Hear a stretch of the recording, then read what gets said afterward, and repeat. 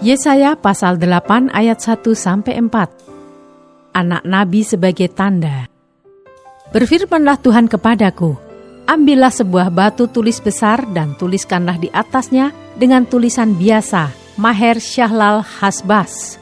Maka aku memanggil dua saksi yang dapat dipercaya, yaitu Imam Uria dan Zakaria bin Yeberekhia.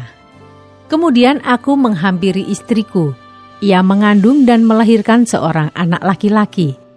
Lalu berfirmanlah Tuhan kepadaku, namailah dia Maher Syahlal Hasbaz. Sebab sebelum anak itu tahu memanggil bapa, ibu, maka kekayaan Damsyik dan jarahan Samaria akan diangkut di depan Raja Asyur.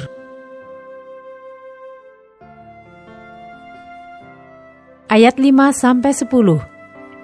Penyerbuan Asyur ke Yehuda. Tuhan melanjutkan lagi firman-Nya kepadaku, oleh karena bangsa ini telah menolak air Shiloah yang mengalir lamban dan telah tawar hati terhadap Reshin dan anak Remalia.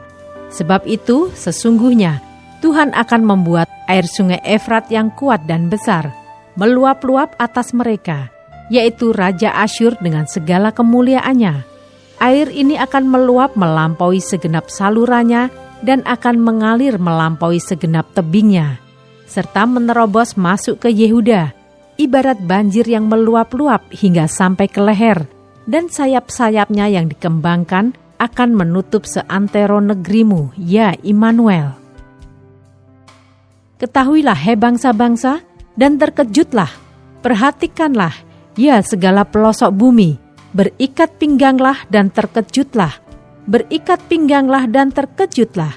Buatlah rancangan, tetapi akan gagal juga. Ambillah keputusan, tetapi tidak terlaksana juga, sebab Allah menyertai kami.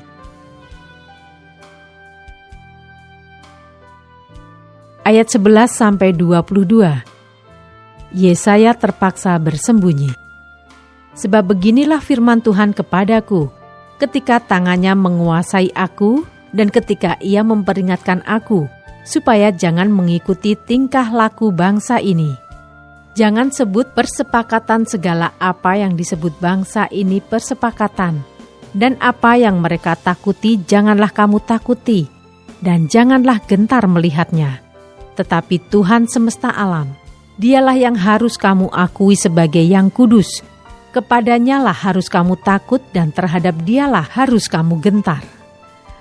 Ia akan menjadi tempat kudus, tetapi juga menjadi batu sentuhan dan batu sandungan bagi kedua kaum Israel itu, serta menjadi jerat dan perangkap bagi penduduk Yerusalem. Dan banyak di antara mereka akan tersandung, jatuh dan luka parah, tertangkap dan tertawan. Aku harus menyimpan kesaksian ini dan memeteraikan pengajaran ini di antara murid-muridku. Dan aku hendak menanti-nantikan Tuhan yang menyembunyikan wajah-Nya terhadap kaum keturunan Yakub. Aku hendak mengharapkan Dia. Sesungguhnya aku dan anak-anak yang telah diberikan Tuhan kepadaku adalah tanda dan alamat di antara orang Israel dari Tuhan semesta alam yang diam di Gunung Sion. Dan apabila orang berkata kepada kamu, mintalah petunjuk kepada arwah dan roh-roh peramal yang berbisik-bisik dan komat-kamit, maka jawablah, bukankah suatu bangsa patut meminta petunjuk kepada Allahnya? Atau haruskah mereka meminta petunjuk kepada orang-orang mati bagi orang-orang hidup? Carilah pengajaran dan kesaksian.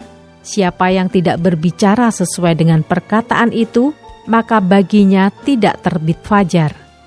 Mereka akan lalu lalang di negeri itu, melarat dan lapar.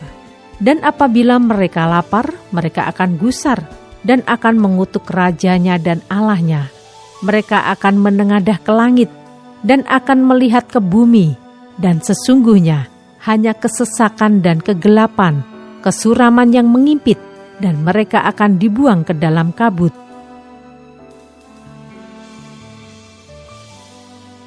Ayat 23, Kelahiran Raja Damai. Tetapi tidak selamanya akan ada kesuraman untuk negeri yang terimpit itu.